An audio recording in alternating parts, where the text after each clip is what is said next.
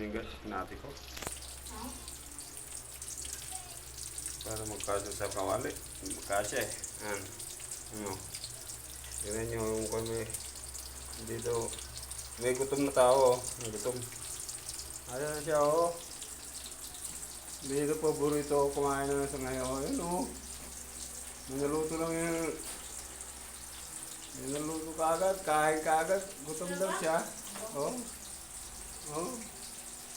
Hindi dito paborito yung lumpang sangay. Ayun oh. Ayan. Muntik na sumunok. Ayan. Ayan guys, so ayan.